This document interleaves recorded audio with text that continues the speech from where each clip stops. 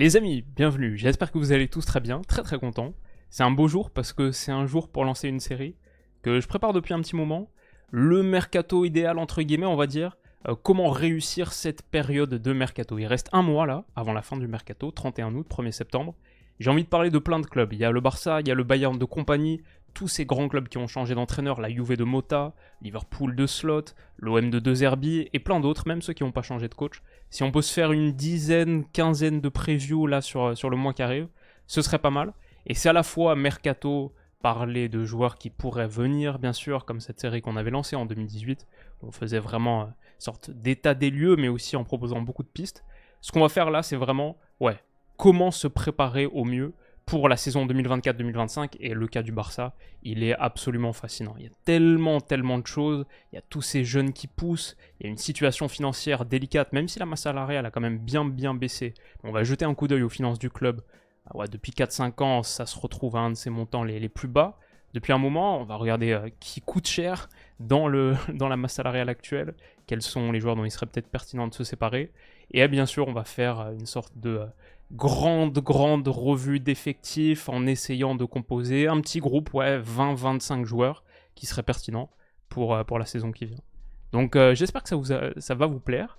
C'est intéressant, je trouve, de commencer avec le Barça qui vient de changer de coach, qui est impliqué, peut-être le club le plus impliqué sur la rumeur de transfert la plus chaude de l'été, Nico Williams. Est-ce que ça va se faire Récemment, ça commençait un petit peu à battre de l'aile, mais on va en discuter. C'est un club qui vient de lancer sa pré-saison aussi, c'était cette nuit là contre City, ça a fait 2 partout, avec beaucoup de jeunes, alors que City avec une équipe un petit peu plus expérimentée. Mais ouais, ce Barça avec une Masia reconquérante, c'est vraiment un club très intéressant. Donc, on va se lancer. On peut commencer peut-être, avant de parler effectif, passer ligne par ligne, peut-être qu'on peut commencer par un petit état des lieux, rappeler, quand même, c'est un club qui vient de changer d'entraîneur, qui a donc finalement, au bout de tout ce processus interminable, licencié Xavi à la fin de la saison dernière, et son bilan est assez difficile à définir. Il y avait un titre quand même, il y avait un titre de champion à la fin de la saison 2022-2023, un titre acquis notamment grâce à une défense de fer, 20 petits buts encaissés seulement, c'est quand même une très belle performance. Malheureusement, la suite, avec notamment une qualif en Champions, un retour en Champions, ça c'était une bonne nouvelle, mais en Liga, 10 points de retard par rapport au Real saison dernière, 85 points, le Real sacré champion avec 95, et 44 buts encaissés, plus du double de la saison précédente. Il y a vraiment quelque chose qui a changé. Au-delà de ça, malgré le fait que ce Barça 2023-2024 ait quand même marqué 9 buts de plus que la saison d'avant, où ils étaient à 70, c'est une saison qui était compliquée aussi parce que cette élimination contre le PSG, alors que tu avais remporté le match aller, avec le scénario qu'on connaît, l'expulsion d'Araujo, mais aussi les 3 classicos perdus, dont la Supercoupe d'Espagne, les 2 en Liga, avec des scénarios délirants, mais aussi la Supercoupe d'Espagne et ce mois de janvier catastrophique, l'élimination en finale de Coupe du Roi, la défaite 5-3 à la maison, je me souviens, contre Villarreal. C'est on est sur un club en mutation, en transition, qui connaît un moment financier difficile, qui est en train de changer de stade, mais donc qui est dans un stade provisoire en ce moment. Mais cette passe-là, début 2024, elle avait été très compliquée. Ce Barça avait été hyper vulnérable défensivement. Et on avait vu par exemple une campagne de Champions où après 2 clean sheets sur les 2 premiers matchs, à chaque rencontre suivante, les 4 dernières de la phase de groupe et les 4 suivantes en phase d'élimination directe, les 2 contre Naples, les 2 contre Paris, à chaque fois tu avais encaissé au moins un but. Une défaite 3-2 par exemple, même si c'est un match qui comptait pas pour grand chose, mais contre Antwerp, ça avait fait mal aussi. Et juste à la fin, je vois un Barça qui était un petit peu à l'image de Xavi, en perte de nerfs, émotionnellement instable, exclu 3 fois cette saison, lui, alors que sur le terrain, il était généralement une sorte d'éloge de la, très calme, très tranquille, serein. Sur le banc, ça a été autre chose, et un Barça un peu mentalement fragile. Donc, un gros chantier pour Hansi Flick, qui arrive, qui doit à la fois apporter une identité offensive forte, qui caractérisait un peu son Bayern 2019-2020, je pense qu'il vient un petit peu pour ça, mais aussi doit vraiment serrer les vis derrière, tout en continuant à pousser les jeunes de la Masia, parce que ça c'est une des satisfactions récentes avec les émergences, on les voit là, de Yamal, de Koubarsi, saison dernière c'était au top, bien sûr un petit peu plus loin avant, Gavi, plus que Fati, qui maintenant je dirais surtout un Baldé, Qu'est-ce qu'on a eu, Fermin Lopez aussi, de plus en plus. Il y a vraiment des choses intéressantes qui se passent à la Masia et bien plus qui arrivent aussi, on va en discuter. Donc ça, c'est sans doute un des chantiers principaux d'Hansi Flick.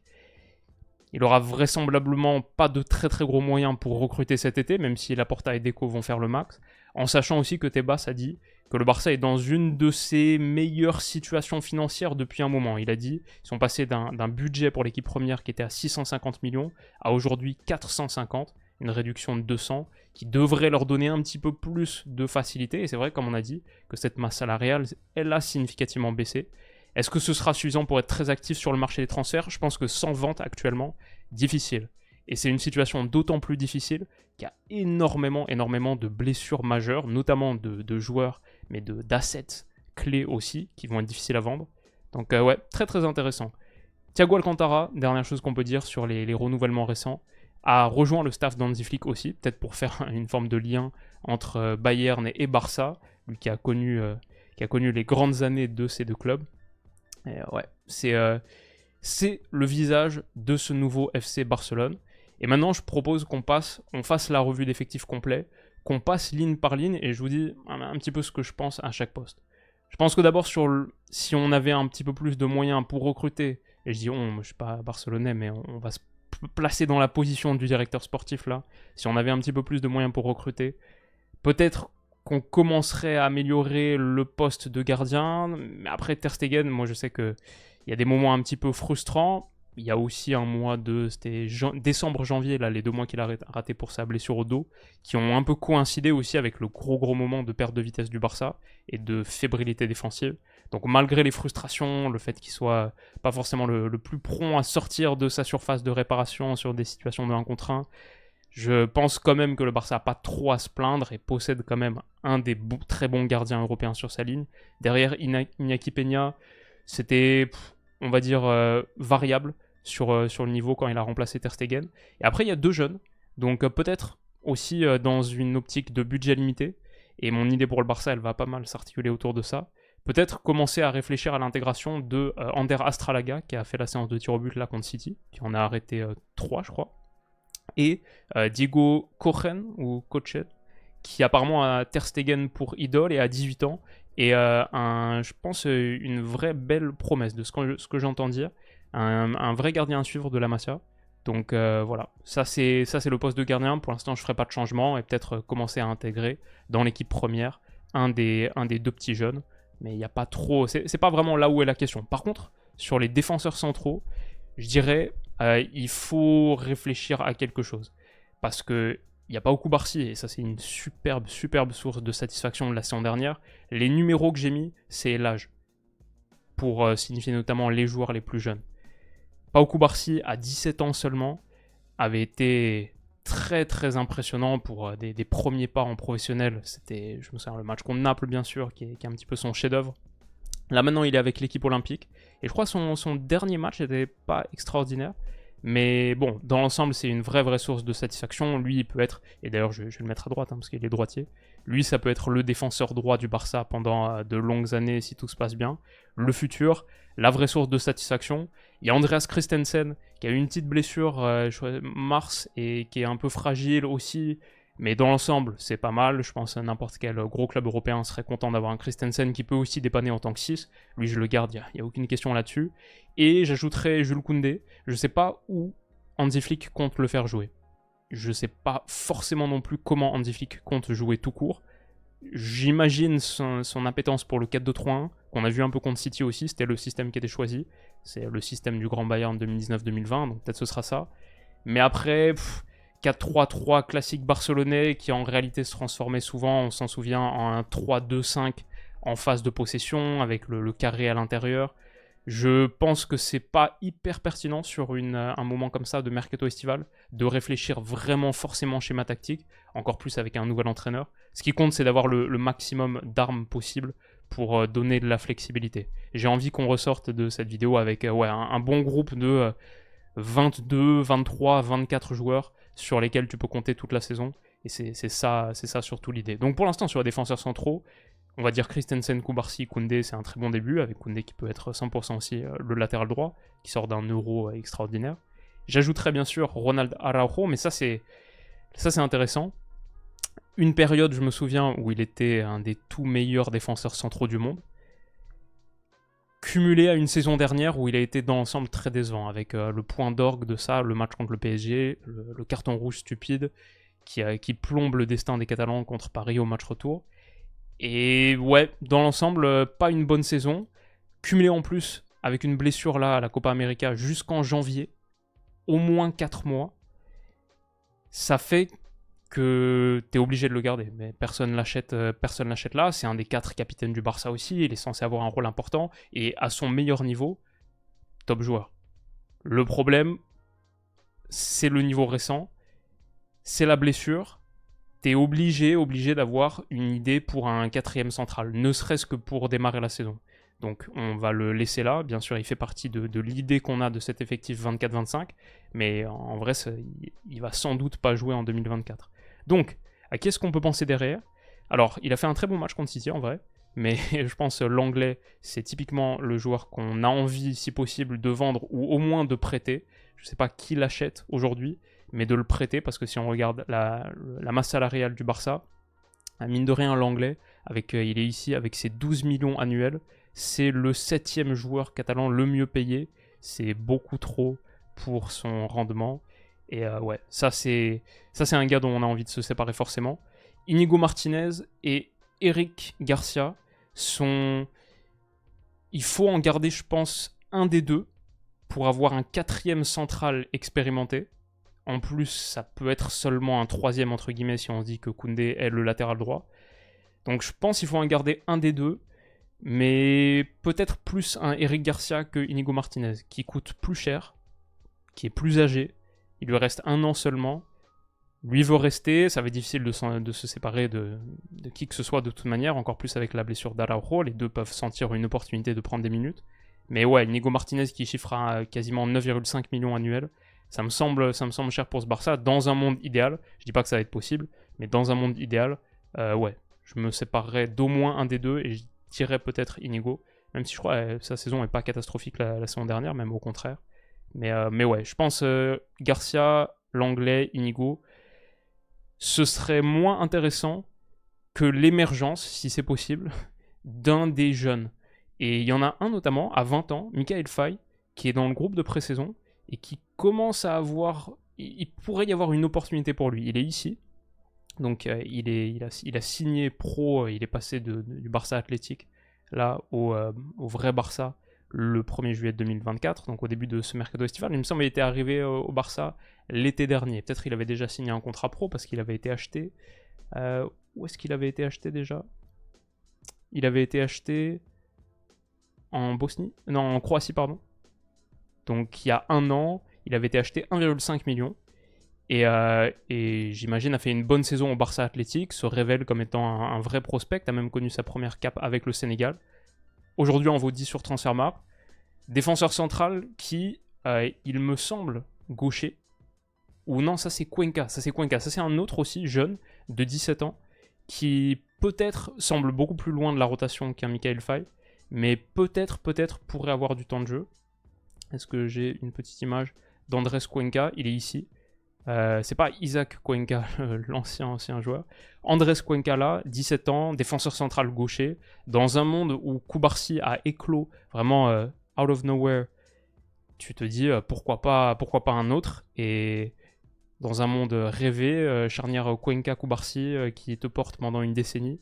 Ce serait, en tout cas, c'est une perspective qu'il ne faut pas négliger, et continuer à donner des minutes et à développer, et pas forcément avec là une place vraiment en équipe première, mais peut-être sur la fin de saison, commencer à faire rentrer dans ce joueur-là quelques minutes au niveau professionnel. Ça peut être une perspective de développement pour Hansi Flick et pour cette équipe, parce qu'il y a du talent, il y a clairement du talent qui arrive sur cette Masia. Donc voilà, mais en tout cas, ça c'est les pistes à considérer sur le poste de défenseur central. Il y a un monde en 2025 avec le retour d'Araujo, où t'as Araujo, Christensen, Cubarsí, Koundé qui peut dépanner. Je dirais Michael Faye qui est sans doute le mieux placé pour avoir plus de minutes. Et du coup, Inigo Martinez, l'anglais, ça pour moi, j'essaie si possible de le vendre dès cet été. Et peut-être tu gardes un Eric Garcia, mais pas forcément. Si ces trois-là partent, c'est pas la pire nouvelle du monde non plus, si dans l'esprit de Flick, Koundé est un défenseur central. S'il est un latéral droit, je pense qu'il faut garder un des deux ici. Mais donc voilà ce que je dirais sur les postes de centraux. Ensuite, il y a les latéraux. À droite, donc, on a parlé de Koundé. Il y a un jeune qui m'intéresse beaucoup, et je pense qu'il est assez bien placé dans la rotation, c'est le petit Hector Fort. Je l'ai mis à droite, parce que c'est son poste de formation, mais l'année dernière, il avait beaucoup joué à gauche. À part un match, il me semble, de Champions, mais sinon, Hector Fort ici, c'était surtout à gauche. Sa polyvalence donc, mais aussi le fait de pouvoir être un jeune latéral droit si tu mets Koundé central, c'est quelque chose à surveiller. Et on va dire sur le stage de préparation, sur les prochaines semaines, les prochains matchs, il y a un match contre le Real notamment qui arrive dimanche. S'il commence à avoir du temps de jeu, il peut y avoir des vainqueurs de la phase de préparation, il pourrait en être un. Franchement, ça c'est un gars à surveiller parce qu'il est bien placé, je trouve, par rapport à d'autres, plus proche de l'équipe première que d'autres, et il y a de vraies opportunités sur ces postes de latéraux. Donc je pense à Hector Fort, et clairement je le garde. Et ensuite il y a Julián Araujo, qui est un américo-mexicain de 22 ans, j'ai mis 23 parce que c'est 23 dans une semaine, qui sort d'un bon prêt à Las Palmas. Est-ce que j'ai une petite image à vous montrer? Il est ici, il est enregistré dans l'équipe première, il est là. Et honnêtement, j'ai pas suivi Las Palmas, mais je sais que ça s'est plutôt pas mal passé pour lui. Et 13 sélections déjà avec le Mexique. Peut-être soit en tirer un petit billet si c'est possible. S'il attire parce que 22-23 ans, peut-être que sa marge de progression est relativement limitée. Je sais pas si je préfère pas donner plus de minutes à un Hector Fort et voir ce qui arrive.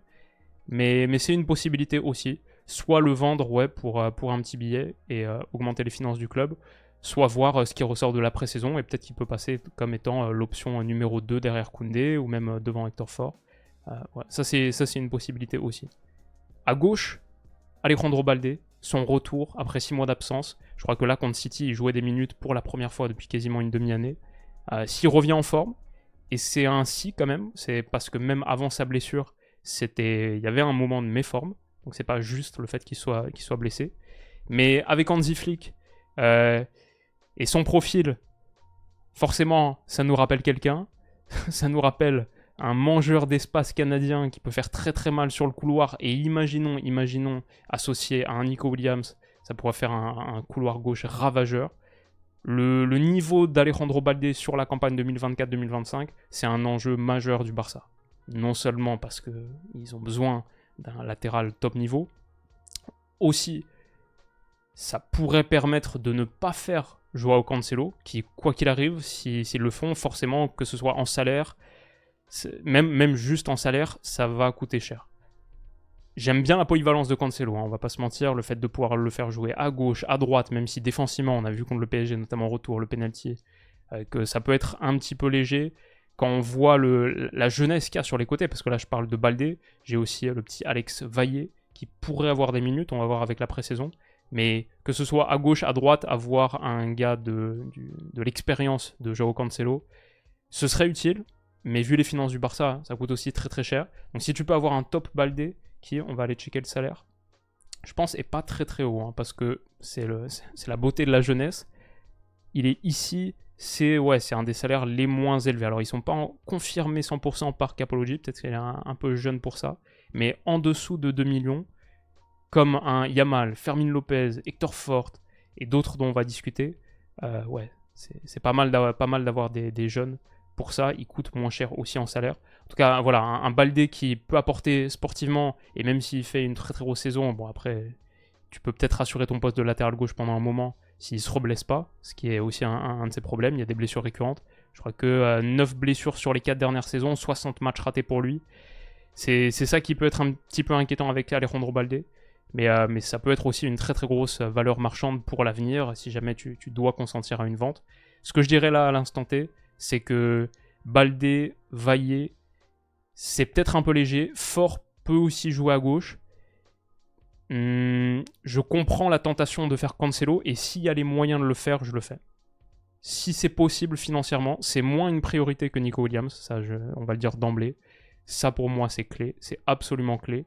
Et il faut trouver tous les moyens possibles de le faire.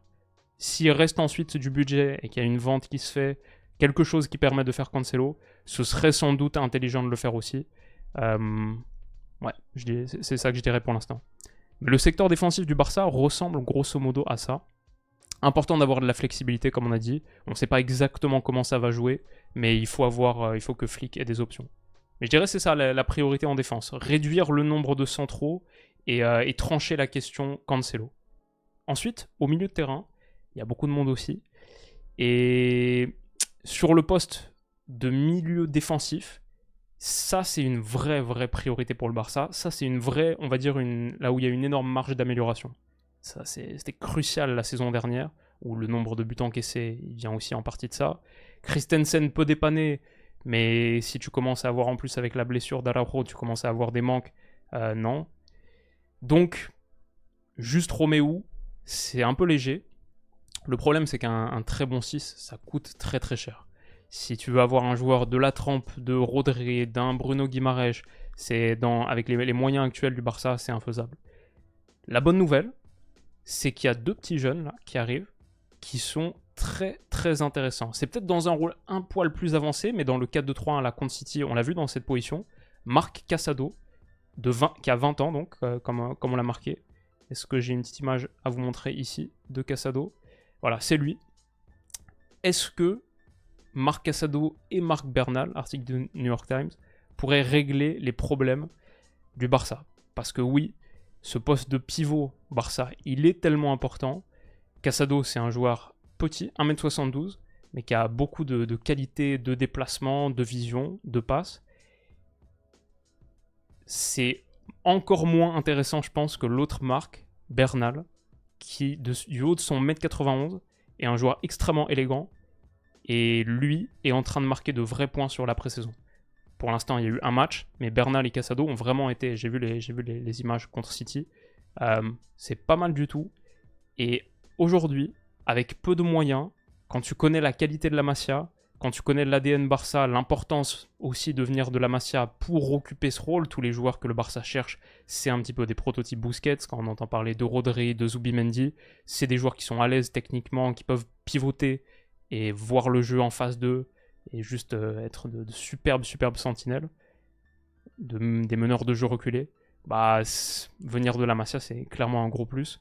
Donc je suis pas certain que je sortirai un énorme chèque, alors que tu as potentiellement du talent à développer.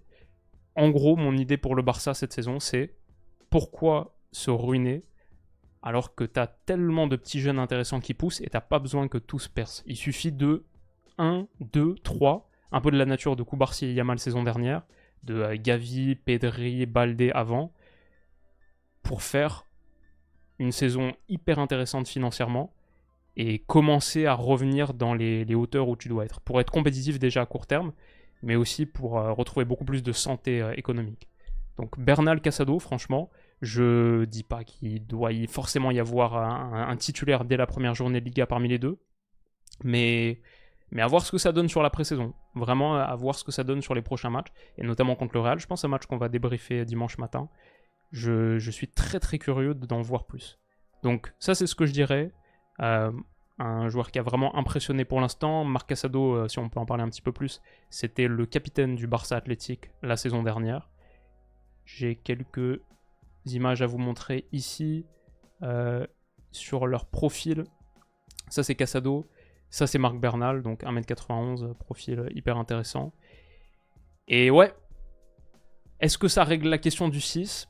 Avec Christensen qui peut aussi dépanner là, je pense que faute de grive on mange des merles et il faut s'en satisfaire et pas mettre un énorme chèque sur un 6 qui te règle pas vraiment ton problème à long terme. On va passer sur les milieux avancés où là aussi il y a beaucoup de possibilités, mais il y a un vrai problème, c'est les blessés. Pedri est blessé, Gavi est blessé, Frenkie de Jong est blessé. Pour Pedri, c'est un peu moins grave, bien sûr, vous vous souvenez, il était blessé par Kroos dans le quart de finale Espagne-Allemagne. Torsion du genou gauche, il va rater la pré-saison. Retour espéré fin août, il devrait rater les 2 premières journées de Liga, ou peut-être revenir à temps pour la deuxième. Mais le fait de rater la pré-saison, c'est pas particulièrement rassurant, surtout quand on connaît l'historique de blessure de Pedri. Voilà sa situation. Gavi, c'est encore pire, il s'est fait les ligaments croisés bien sûr novembre dernier, et apparemment les nouvelles récentes sont bonnes, et il retrouve les terrains d'entraînement avec pas mal d'énergie, d'envie, sa guérison va bien, mais ça devrait être un retour fin octobre au mieux peut-être. Novembre je pense c'est plus probable, à voir. Et Frenkie c'est un peu l'interrogation, c'est un peu entre les deux. Je crois que c'était la blessure dans le choc avec Valverde qui l'a conduit à rater l'Euro bien sûr. Et depuis, sa cheville est vraiment pas remise. J'entends parler de... il fait pas la pré-saison. On sait pas exactement quand il va revenir. Donc ça, c'est problématique. Non seulement parce que une option en moins sur ton milieu avancé, on va dire 8 de 4-3-3, mais aussi, ou disons milieu reculé de carré en boîte, là, qui pourrait être très utile là. De milieu en boîte, pardon, carré en boîte, je sais pas ce que ça veut dire. Mais aussi parce que c'est le salaire le plus cher du Barça. Et s'il y avait une session à faire cet été, franchement, dans un monde où Frenkie est remis, et j'adore Frenkie, mais dans un monde où Frenkie est pas blessé, je me dis tu fais tout pour le vendre lui, parce que 40 millions d'euros annuels, quasiment 40 millions d'euros annuels, pour un gars qui pourrait en rapporter en plus pas mal sur ne serait-ce qu'un transfert, il y avait beaucoup de clubs intéressés à une époque, 700 000 euros par semaine, c'est un énorme poids sur les finances du Barça. Et c'est un contrat qui expire dans 2 ans en plus. Donc si tu veux faire une bonne vente, sans trop de pression, voilà, Frenkie, j'adore. C'est financièrement un gouffre pour le Barça. Donc c'est vraiment malheureux que sa situation physique là soit peu claire. Et du coup, ça va forcément réduire les offres. Mais s'il réussit à être... s'il se remet physiquement avant la fin du mercato... et qu'il y a possibilité qu'il est attiré par une autre offre, ce qui va être difficile, hein, parce que vu son énorme salaire, et je crois qu'il a toujours manifesté son envie de rester au Barça, mais oui, dans un monde idéal, si on fait le mercato idéal et c'est un monde idéal, je vends Frenkie pour le poids qu'il représente sur les finances du Barça. Et parce qu'il y a pas mal de joueurs créatifs qui non seulement sont présents là, mais qui poussent derrière aussi. Fermin Lopez, déjà Gundo, qui est toujours là, qui est là depuis 1 an, je pense... L'idée de vendre Gundo, même si c'est le 3e salaire le plus élevé du Barça, je pense que c'est un leurre, parce qu'il peut énormément apporter, encore plus avec Flick qui connaît bien, il est là que depuis 1 an, il veut pas partir, c'est un leader dont tu as besoin, donc pour encadrer cette jeunesse, Gundo c'est top. Je garde Gundo, et Fermin Lopez, j'ai envie d'en voir encore plus, à 21 ans seulement, moi je trouve que c'était un des gars très très intéressants de la saison dernière, et c'est pas parfait, mais ça mérite du temps de jeu et du développement. Donc, encore une fois, une des raisons pour lesquelles, même si c'est pas le même rôle, mais au milieu de terrain, à un moment, il va falloir faire des choix, tu peux en mettre que 3 ou 4. Je donnerai plus de minutes à Fermin Lopez et j'essaierai de vendre Frenkie si c'est possible. Aussi, parce qu'il y a d'autres petits gars qui poussent derrière, un en particulier, qui m'intéresse parce qu'il est inclus dans la pré-saison. Alors, il y en a un, déjà, on va parler de lui, Pablo Torre, mais 21 ans, même si c'est intéressant, et son match contre City était pas mal, je crois, c'est pas beaucoup de minutes avec Girona la saison dernière. On peut se dire, ouais, Girona, super saison, il était dans le Girona, il a joué, je crois, une 20aine de matchs en Liga, un truc comme ça, peut-être même un petit peu plus. Quasiment, 25, un truc comme ça, mais avec peu de minutes, très rarement titulaire. Je me souviens quand on parlait de Girona, on parlait de lui comme une option, mais il était très rarement titu. Et je sais pas si vraiment il part pour avoir beaucoup de temps de jeu en tant que milieu avancé dans ce Barça. À voir, on va voir avec la pré-saison. Moi, j'aimerais bien voir un petit peu plus aussi, pas en tant que titulaire et même pas en ayant une place importante sans doute dès le début en Liga, quoique on sait jamais, mais le petit Noah Darvish, qui est allemand et qui est arrivé au Barça Athletic, il me semble, la saison dernière, qu'Hansi Flick connaît bien. Est-ce que je peux vous montrer sa tête ? Voilà, ici, c'est le capitaine de l'Allemagne U18. Hop, on le voit ici, il a participé au match en mars. Et apparemment, un joueur assez élégant, créatif, milieu avancé. Ouais, c'est à l'image des joueurs, pas que sorte le Barça, parce qu'il est arrivé donc depuis Fribourg 2, août 2023, mais à l'image des joueurs que le Barça, des jeunes pousses qu'il y a actuellement dans le système Barça, ce serait intéressant, et peut-être qu'aussi avec de belles minutes en pré-saison, il pourrait aller chercher une petite place dans la rotation. En tout cas, parmi les joueurs avancés, Pedri, Gavi vont revenir à un moment, et t'as Gundo, t'as Fermin Lopez, pour moi t'es bien fourni là. Mais en attendant les retours de Pedri et Gavi, pourquoi pas voir des minutes de Pablo Torre, de Darvic, tout ça pour dire que Dani Olmo par exemple, que j'adore, on en avait parlé dans la vidéo de retour, l'analyse de l'Espagne. Pendant l'Euro, on parlait de Nico Williams, Yamal, Olmo, imagine reformer ce trio au Barça. Quand je vois maintenant les petites pousses qu'il y a et la situation de l'effectif barcelonais, je me dis c'est loin d'être une priorité, surtout pour le montant qui coûterait. Clairement, Nico Williams. Et Olmo, de toute manière, ce serait pas du tout dans cette position-là. Pour moi, Olmo, c'est clairement le 8-10 qu'on a vu avec l'Espagne. Ça, c'est son meilleur rôle. Donc j'irai pas dessus, parce que je pense qu'il y a des pistes intéressantes dans la formation ou la post-formation barcelonaise. Et enfin, il reste le secteur offensif, où la priorité, c'est de faire Nico Williams, clairement, ne serait-ce que pour son entente avec Lamine Yamal, aussi parce qu'à 22 ans, un talent de ce niveau-là, qu'il a montré sur la plus haute estrade mondiale, l'Euro, qui a fait une saison en Liga la saison dernière, il avait fini avec quasiment une vingtaine de passes D, si je me souviens bien. Est-ce que j'ai ces chiffres? 19 est-ce que c'était ça, Nico Williams là? À 19, toutes compétitions confondues. 14 en Liga, 5 en Coupe du Roi, en un peu moins de 3000 minutes. Apparemment, il y a des rumeurs selon lesquelles il voudrait rester à l'Athletic, peut-être jouer la Coupe d'Europe avec son frère. Je sais pas, mais il faut que le Barça règle sa situation financière vite, débloque les 40 millions là qu'ils doivent obtenir d'un des leviers économiques là qui sont vendus à une société média allemande, il me semble. S'ils réussissent à faire ça vite, il faut absolument sécuriser Nico Williams et pas laisser le temps du doute, parce que Yamal Williams sur tes ailes, on a vu une des plus belles équipes de la dernière décennie jouer très très bien avec ça, et ça collerait tellement bien en Barça. Pour moi, c'est le transfert évident, et j'en parle depuis un moment. Donc Williams, il faut absolument le faire si c'est possible. Ça ne veut pas dire que ça réglerait tous les problèmes du secteur offensif, parce qu'il y a par exemple un Ansu Fati qui est blessé en ce moment, qui est en méforme, qui est, comme on a dit, le 4e salaire du club, avec quasiment 14 millions annuels. Ça, c'est un problème. Il s'est reblessé l'autre jour, plante du pied, il me semble, et depuis sa déchirure du ménisque en novembre 2020, c'est quasiment 120 matchs ratés, très très peu de titularisation, un prêt à Brighton qui n'a pas marché. Je suis inquiet pour Ansu Fati, bien sûr, mais actuellement, si je suis le Barça, c'est dommage, mais il faut réfléchir à augmenter, améliorer ce secteur offensif. On a aussi Rafinha, qui pour le coup m'intéresse pas mal, c'est une des rares valeurs marchandes potentiellement cédables, mais qui est pas blessé en plus, donc il y a peut-être quelque chose à faire, mais je crois que lui il veut pas du tout partir, et je pense que je le garde aussi, parce que sa polyvalence est intéressante. Fin de saison dernière, avec l'émergence de Yamal, il a joué ailier gauche, parce que Yamal était à droite. C'est là qu'il a fait ses gros matchs contre le PSG notamment. Mais il peut aussi être le backup de Yamal. Le fait qu'il puisse jouer aile droite, aile gauche, c'est intéressant parce que je vois pas sinon de personne, de joueur, qui peut remplacer Yamal et donner du temps de respiration à un gamin de 17 ans, ce qui est fondamental, ce qui est aussi une des priorités du Barça de Flick saison prochaine. Bien sûr, il faut utiliser Yamal, le développer, continuer de le faire progresser, mais il faut aussi ne pas risquer d'abîmer trop son corps, de faire un peu une pédrie. On voit les soucis de blessures des jeunes joueurs prometteurs du Barça.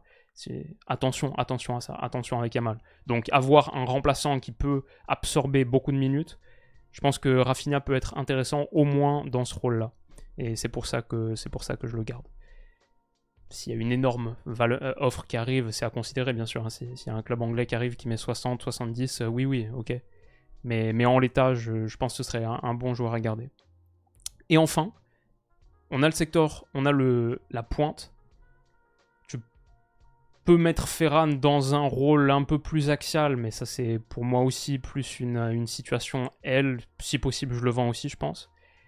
J'ai pas énormément de choses à dire de Ferran Torres. Je pense que c'est pas suffisamment bon pour être une première option, ni à gauche ni à droite. Et s'il y a un Rafinha qui est fit, ce serait lui le titulaire là. Ce serait lui le premier backup d'un Nico Williams et Yamal. Titulaire bien sûr Rafinha si Williams n'arrive pas.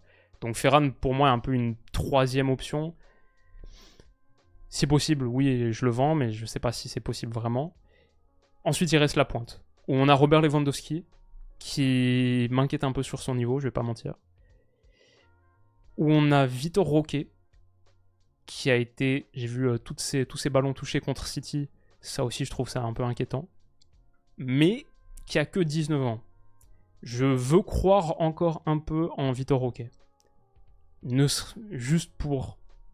Parce que sinon, financièrement, c'est un désastre, l'opération. Et parce qu'il est encore jeune, parce qu'il y a encore quelque chose à en tirer, je pense. Mais c'est vrai que c'est loin d'être rassurant. Donc il y a un problème sur cette pointe. Lewandowski, c'est quoi, 19 buts en Liga la saison dernière, une de ses moins bonnes saisons, et surtout dans le jeu, je trouve. Il y avait des choses contre le PSG en déviation et tout qui étaient intéressantes, mais sinon, je trouve que c'est quand même assez lent. Et maintenant qu'il n'y a plus Morata, si tu fais Williams, ça aurait été même plutôt intéressant de faire un Morata si un joueur qui est passé par le Real et l'Atleti vient au Barça. Maintenant, bien sûr, il est allé à l'AC Milan. Mais je trouvais que Morata à l'Euro était un peu sous-coté. Franchement, ça aurait pu être intéressant. Mais un Lewandowski qui est un peu lent. Ouais, c'est... On verra la saison prochaine, mais il commence à faire son âge aussi. Il doit avoir quoi, 35 ans maintenant. C'est le deuxième salaire le plus élevé du Barça, avec 33 millions annuels. Où est-ce qu'il est, Robert, ici? Est-ce qu'on a son âge? 35 ans, ouais, c'est ça. Il va en avoir 36 dans 20 jours.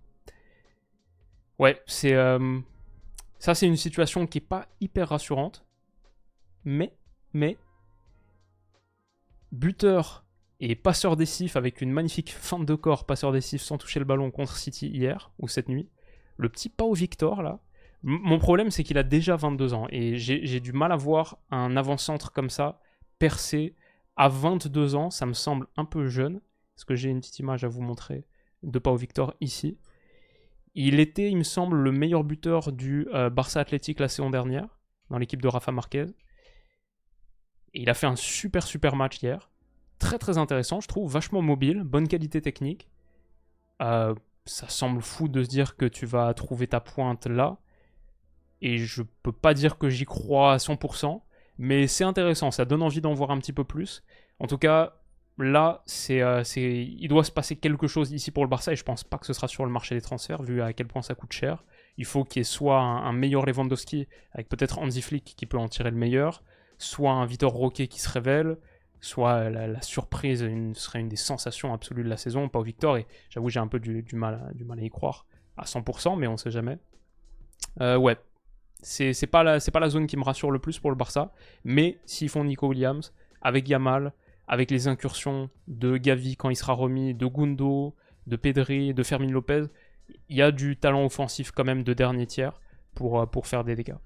Donc voilà en gros à quoi ressemble l'effectif actuel. Comme j'ai dit, il faut faire Nico Williams, ça c'est une priorité. Ensuite, s'il y a les moyens, Cancelo, je pense que ça peut être très utile. Si c'est possible de vendre soit Garcia, soit Inigo Martinez, voire peut-être les deux si tu crois en Mikayil Faye et si tu te dis que Koundé peut être latéral droit. Si c'est le cas, c'est encore plus important de faire Cancelo. On voit à quel point toutes ces choses sont liées et c'est un petit peu ma vision de ce Barça. Vendre Frenkie si jamais il y a une énorme offre qui arrive, ça ce serait... Ça c'est le rêve, mais voilà en gros à quoi tout ça ressemble. Mon idée donc pour ce Barça, c'est être compétitif, oui, la saison prochaine, et gagner un Classico. Tu peux pas perdre 3 Classicos comme la saison dernière. Gagner un titre, être compétitif.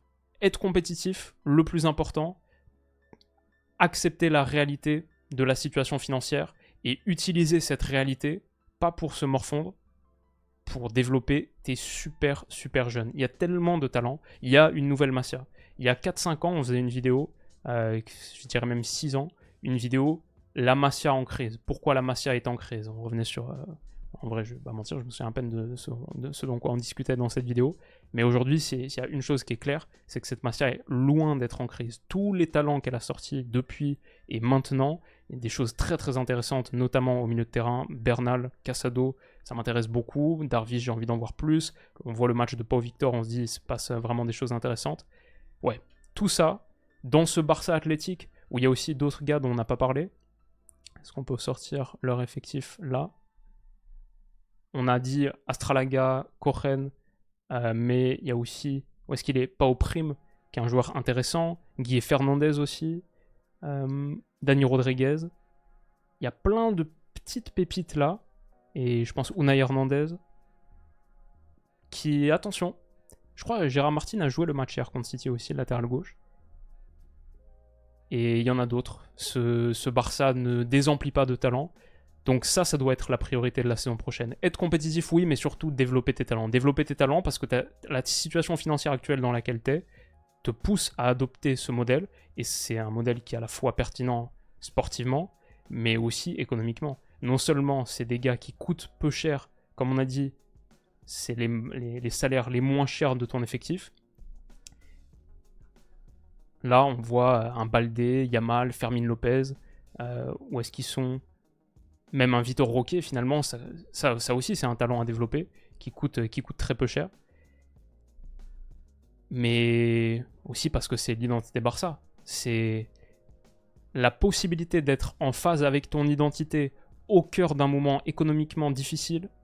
Ça, c'est quelque chose auquel se rattacher. Même si t'es pas dans la position de remporter la Champions, remporter la Liga forcément avec un énorme Real en face, il y a cette possibilité-là qui est belle. Et ça me rappelle un petit peu mon club, l'OL, en 2013, 14, 15, quand économiquement on commence à payer le grand stade, ça devient difficile. Et ben on retombe sur notre centre de formation et on vit une des plus belles saisons qu'on ait vécues. C'était la 2014-2015. C'était Lacazette, Fekir, on pousse le PSG jusqu'au bout. Ouais, le centre de formation, tu vibres toujours avec ça. Et en plus, financièrement, ça te met dans une bien meilleure posture sur les années d'après. Ou sur les années d'après, j'ai un petit doute encore sur la stratégie des leviers économiques de Laporta, mais il y a de bonnes choses qui vont arriver. Il y a le nouveau Camp Nou, qui arrive d'ailleurs dès la fin de 2024, mais qu'à 60% de capacité. Je crois que je me suis noté décembre 2024, ça pourrait être le premier match contre l'Atlético, si tout se passe bien. Mais le troisième anneau fini, le toit fini, les loges VIP ouvertes, tout ça c'est pour le début de la saison 25-26. Ça c'est la saison importante. Avec un nouveau stade qui va amener énormément de revenus en plus, avec l'élection présidentielle du Barça fin de saison 2025-2026, ça c'est le moment qui va être charnière, clé je pense. Et si tu peux utiliser cette saison 24-25, même si c'est pas ce qu'un supporter a peut-être envie d'entendre, si tu peux l'utiliser comme une saison de montée en puissance, ramping up to 25-26, je pense que c'est la meilleure stratégie pour le Barça. D'autant plus que ce début de saison en Liga, il va d'emblée être compliqué avec toutes les blessures. On a parlé de Pedri, qui fait pas la prépa, de Gavi, de Frenkie, d'Araujo, et on a aussi Fermin Lopez et Pau Cubarsí qui reviennent des JO. Ouais.